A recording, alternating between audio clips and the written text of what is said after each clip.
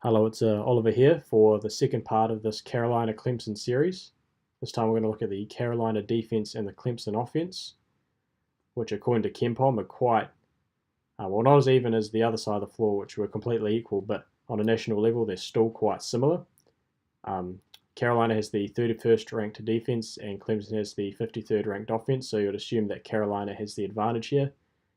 But both teams won at home, so it was still a 1-1 record, but both teams scored quite a lot of points, so it wasn't exactly a massive advantage for Carolina. And we're going down to the points of emphasis. All 5 Clemson players, their starters average over 10 points a game. They deploy a trio of near-identical guards in Mitchell, Reed, and DeVoe, a really good athletic 4 in Grantham, and a dominant low-post center in Thomas. So they've got quite a balanced attack. They can shoot really well from the perimeter. And they've also got a really good low post game with Thomas. And we got to see both of those offenses in action. As in the first game in Chapel Hill, they really emphasized Thomas in the low post. But in the second game against Clemson, when they shut down Thomas, they really relied on perimeter shooting. So in that second game, 55% of their points came from three-point shots, which is quite unbalanced, really, but they still won. So maybe that's something they could look into in the future. In the pick and roll, which they did quite a lot, they targeted Luke May, switching him onto one of Clemson's 3 guards who either drove to the basket or kicked to an open shooter. Mitchell, Reed, and DeVoe all have their own tendencies. They all have something they prefer to do in the pick and roll. Like Mitchell likes to kick, Reed likes to drive, and DeVoe likes to shoot. It just depends on who's in that situation, with their screener always being Elijah Thomas. So let's get to some video. Now, as we were talking about before, they ran 2 very contrasting offenses in the 2 games. In the first game, they really emphasized Elijah Thomas. And in the second game, they really relied on three-point shooting. And here we've got a couple of examples to really emphasize that point. So in this clip, we're going to show in Chapel Hill, Thomas getting the ball in this set, and then in an identical set in the next game in Clemson, Reed getting the ball for an open three-point shot. So here we've got a set.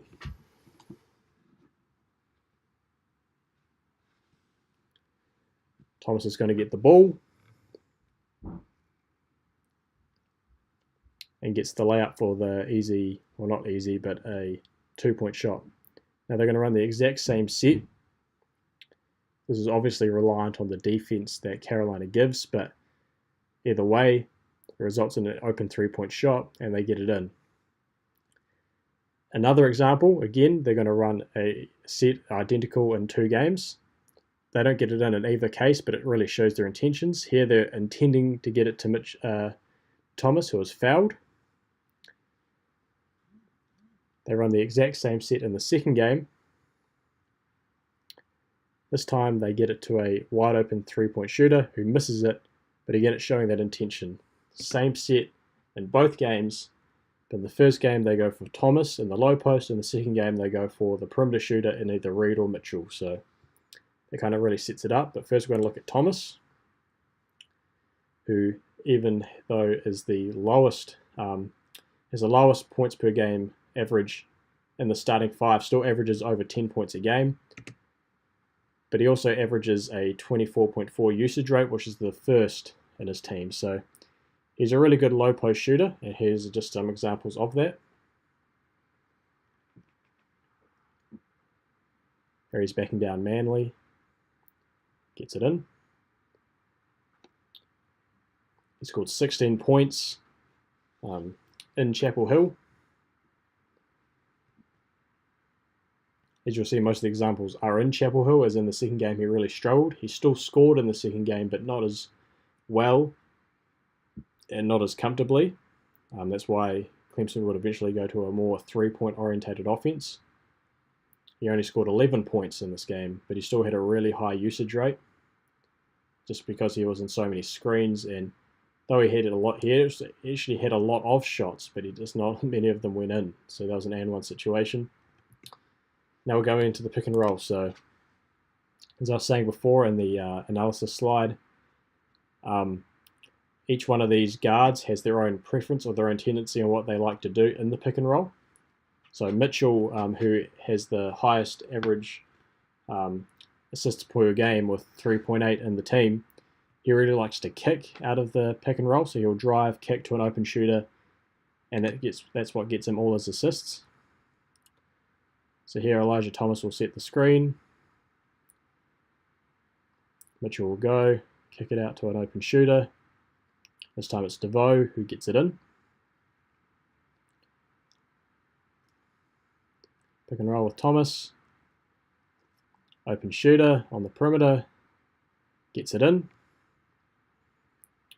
In both games he had 4 assists. So over by only just his average. Again, he kicks it to the open shooter who misses it, but it was wide open.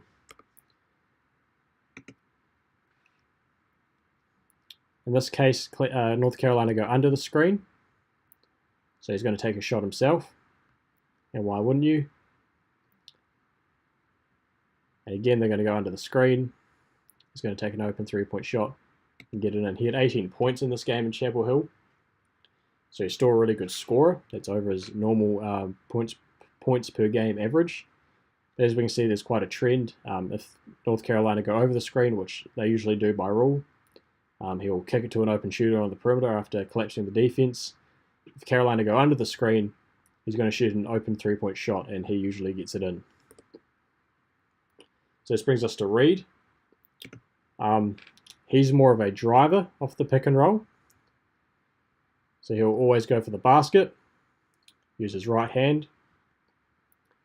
He's quite a high point scorer, as we can see in these two clips. He gets 20 points in this game, even though I've got a typo there. But this time he drives and just lays it off in the low post for someone else who gets it in. And even he really doesn't like to kick it, even in this situation where he's faced with a wall. He won't kick it. He'll just pop up at the elbow. Even if we just come back here. All the stats down the bottom there if you're interested with in brackets what he is in the team. So even if we come here, he's got an open 3-point shooter on the left wing, but he'll just go for a open elbow shot himself. But hey, he gets it in, so why not? And then there's DeVoe, who's more of a shooter. He's got the highest 3-point percentage in the team. Off the pick and roll, he'll always try and find to shoot, which he does here. Gets it in. If he can't shoot, he'll kick it. So he doesn't really drive to the basket. It's not really his style. Find an open 3-point shooter. This time it's Mitchell, I think. Gets it in.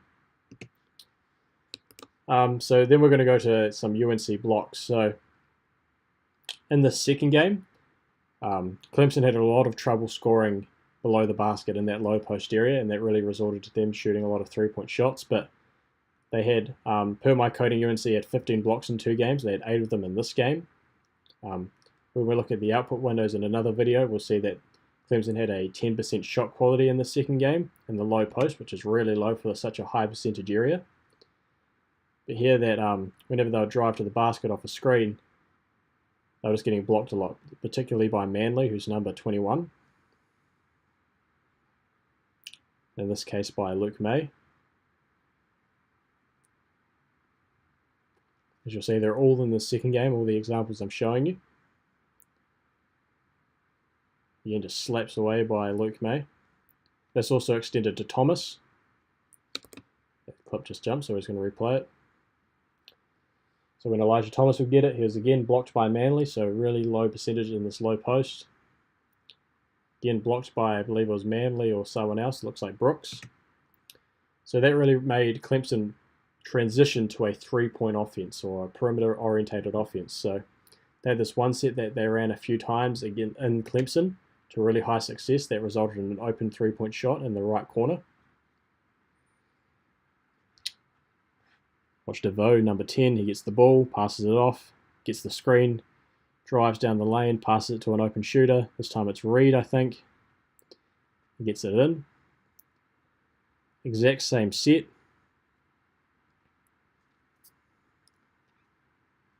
Gives it to DeVoe.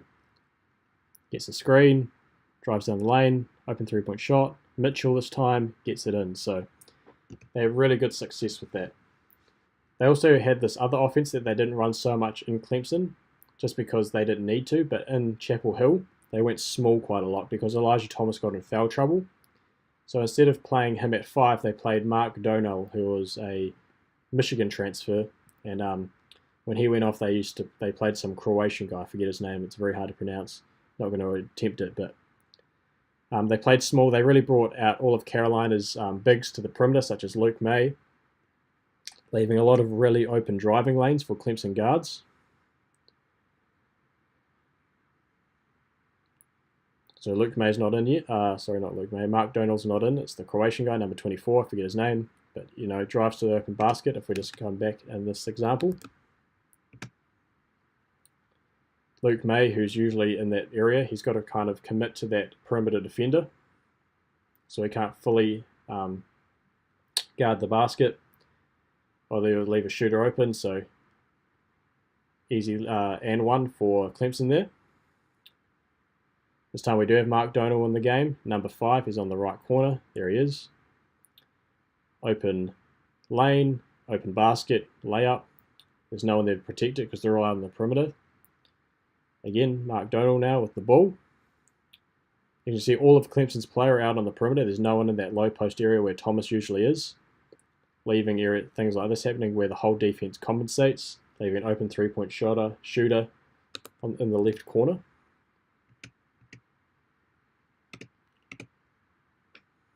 So we're going to replay that one again. Oh, no. Here we go. I'm going to replay that one again.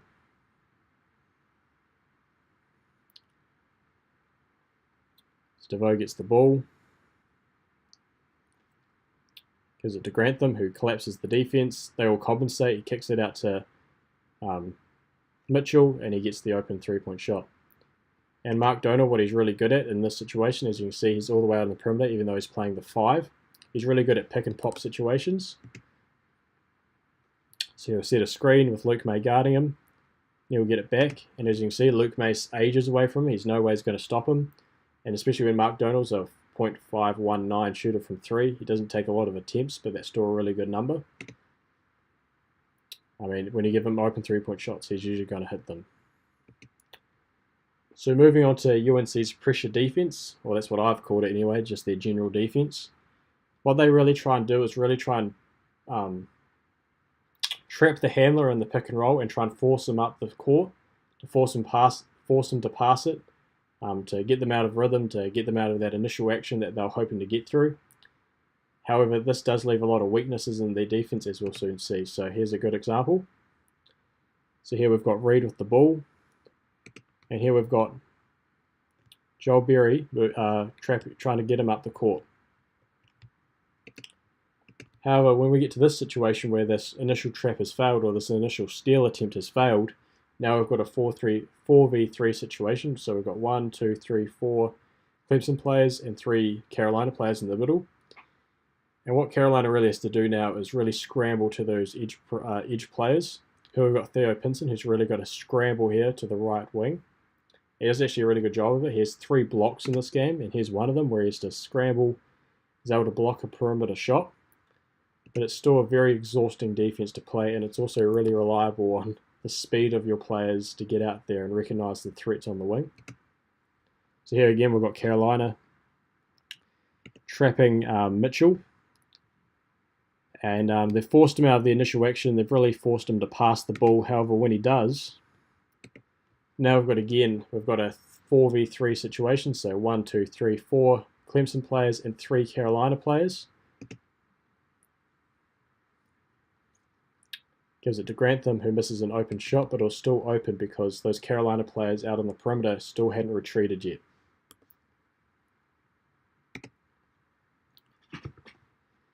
Again, Clemson get the ball.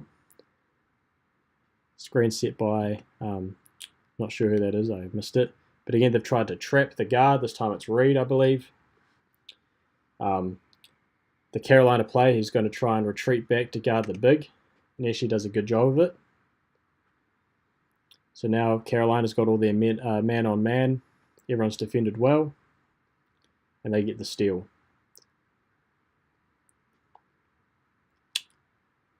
Again, they've tried to trap him, so they're bringing him up the floor. They're really trying to get them out of that initial action, make him pass the ball, which he does. Now we've got a 3v2 situation. But the Carolina players are able to retreat in time.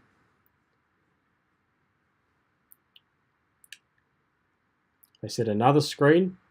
They're going to trap him again and force a really bad shot, which is going to be contested by Cameron Johnson, and it completely airballs. I think that last clip is probably the best example overall of the Carolina defense.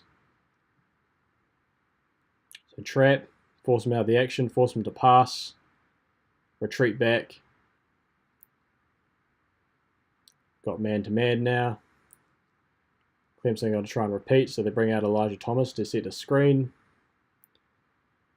They trap the guard, force him to pass it, force a bad shot, and they airball it. One last example. And while this example goes, I'll just summarize the contents of this video as they Carolina trap him. Oh, force a bad shot. Another victory for Carolina on that particular play. So just going through what we've all gone through so far. Clemson, they set a lot of pick and rolls with Elijah Thomas as the screener, and then Reed, Mitchell, and DeVoe. They have their own tendencies off those screens, whether it be kicking or shooting or driving. They played small in Chapel Hill to some great success. And that was really good as well.